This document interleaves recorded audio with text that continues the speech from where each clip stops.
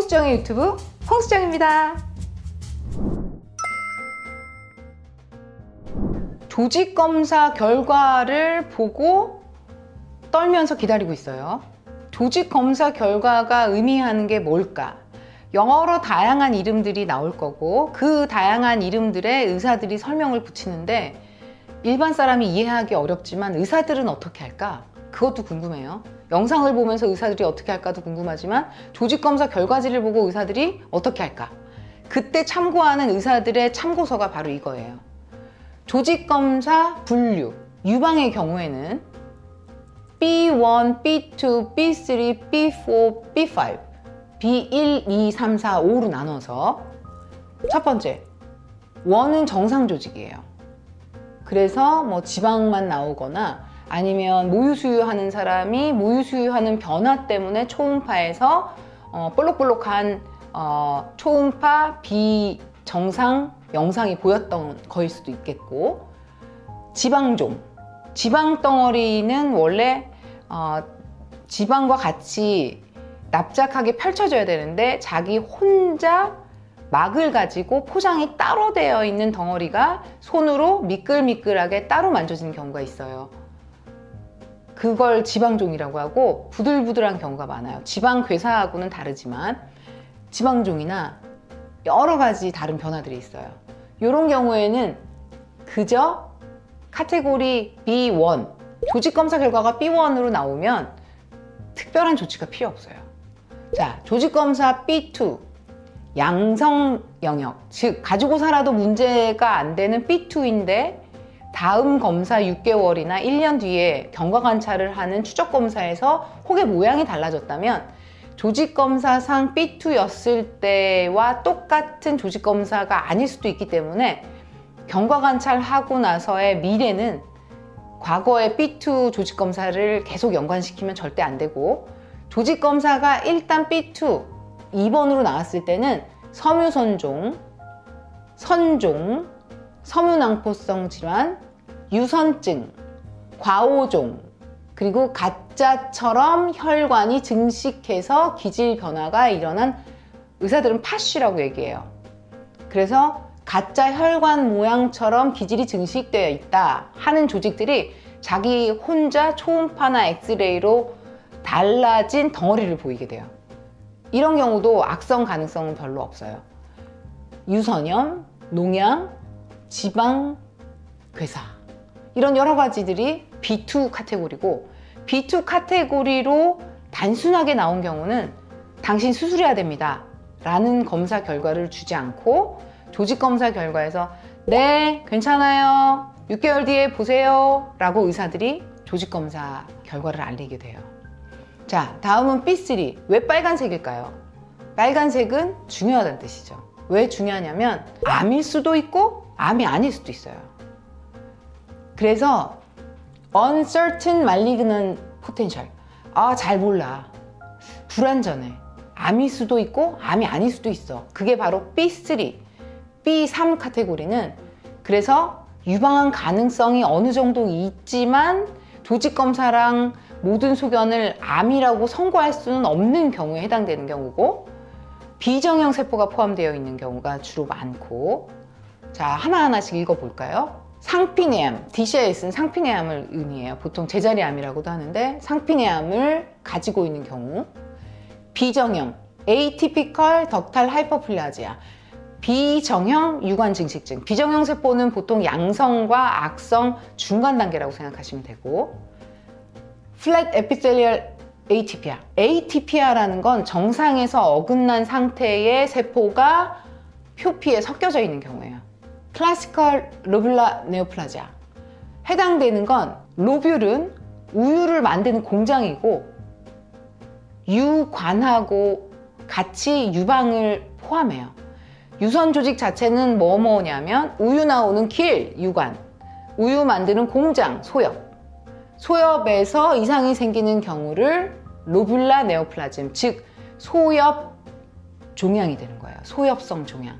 소엽성 종양에는 여러 가지가 있는데 그 중에서도 제일 문제가 되는 경우는 비정형 소엽 증식증, Atypical Lobular Hyperplasia, 그리고 비정형 소엽 증식에서 조금 더 발전한 제자리암, 즉 상피내암이 아니라 소엽암이 돼요. 물론 다 연기에 해당되는 암이긴 하지만 소엽성 제자리암 같은 경우는 몇 년 전부터는 유방암 카테고리에서 벗어났어요. 그래서 우리나라는 아직 중증 코드로 유방암으로 포함시키긴 하지만 예후가 너무 좋아서 유관에 생긴 상피내암보다는 암의 리스크를 낮게 보고 있어요. 그래서 외국 논문이나 외국의 질병센터에서는 유방암이 아니라고 보고 있는 차이가 좀 있는 경우예요. 어찌됐건 비정형 소엽 증식증 그리고 연기 소엽암은 바로 이런 uncertain malignancy, 얘네가 더 암으로 진행될 수 있고 아닐 수도 있는 약간 애매한 경우죠. 이런 경우는 그럼 어떻게 되느냐, 의사들이 고민을 해요. 아, 수술을 할까 말까, 암일까 말까. 그러나 원칙은 수술이겠죠. 왜? 암의 리스크를 가지고 환자한테 경과관찰을 하게 하는 건 위험한 일이니까. 교과서에서도 진공보조술을 이용해서 조직검사를 더 해서 수술을 하든지 아니면 외과적 수술로 절개하고 덩어리를 완전히 꺼내서 어느 부분에도 암이 없는 걸 확인하고 치료를 마치는 걸 원칙으로 하죠. 그래서 바로 빨간 글씨인 B3, 조직검사상 이런 비정형과 제자리암의 성질을 가지고 있는 경우에는 대부분 수술이 최고의 치료예요. 그리고 나머지 B4, B5는 뭐 당연히 암이 의심되는 경우니까 진공을 이용한 수술이 아니라 정말 외과적인 수술로 암 수술을 해야 되는 경우에 해당돼서 거기에 맞도록 조직검사 결과를 설명을 하겠죠. 예를 들어 작은 병원이었으면 수술을 위해서 큰 병원으로 전원을 보내든지 아니면 큰 수술을 준비해서 여러 가지 정밀 검사를 더 해보는 스텝으로 갈 거예요. 이걸 통해서 의사들은 아, 조직검사 결과를 보고 결론을 내리시는구나. 자, 그래서 우리 조직검사 결과의 분류표까지 봤어요. 그러면 이해하시기를, 아, 조직검사 결과 분류표만 보면 앞으로 어떻게 할지 결정되는 거네, 간단하네 라고 생각할 수 있으시겠지만 사실 그렇게 간단하진 않아요. 왜냐? 리스크 어세스먼트, 즉 조직검사 결과와 다시 결부시켜야 되는 여러 가지 위험도가 있어요. 조직검사에서 양성이 나왔는데 혹이 6개월 전보다 너무 커졌어요. 계속 커지고 있고 막 만져져요. 이렇게 되면 아까 말씀드린 B3라는 조직검사 결과가 아니었어도 의사들은 고민을 하게 돼요.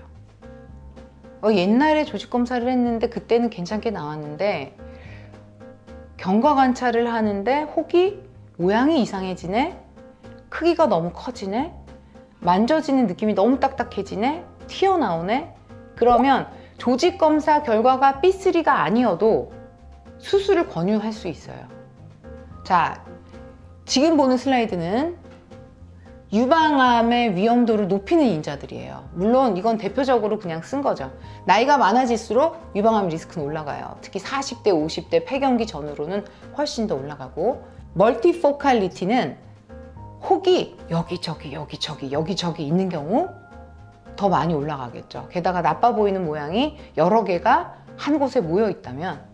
자, 그 다음에 메노포잘 스테이투스는 생리 전 20대, 30대 여자보다는 당연히 50대 생리 끝날 즈음한 여자들한테 여성 호르몬의 플럭추에이션이라 그래서 변화가 많이 일어나거든요.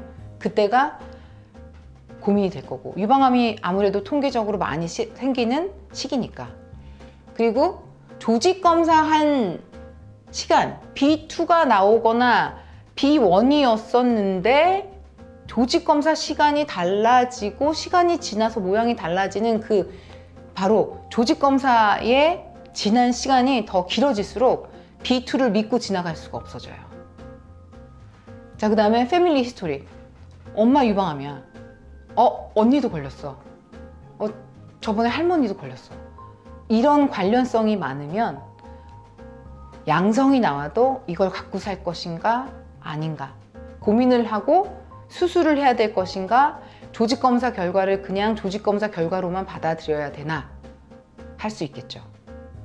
그래서 여러 가지들을 고려해서 영상과 조직검사 결과와 여태까지 봐왔던 혹의 행태, 얼만큼 커졌고 그리고 모양이 어떻게 달라졌는지 추적 검사한 경과를 보고도 결정해야 되고, 가족력이 있었는지 아니면 환자의 나이가 20대인지 폐경기 즈음해 유방암이 잘 생기는 40대 50대 나이인지, 생리를 끝낸 사람인지, 생리가 끝났는데 혹이 생긴다는 건 폐경이 된 사람한테는 흔한 일이 아니니 그 혹을 가볍게 여길 수가 없거든요.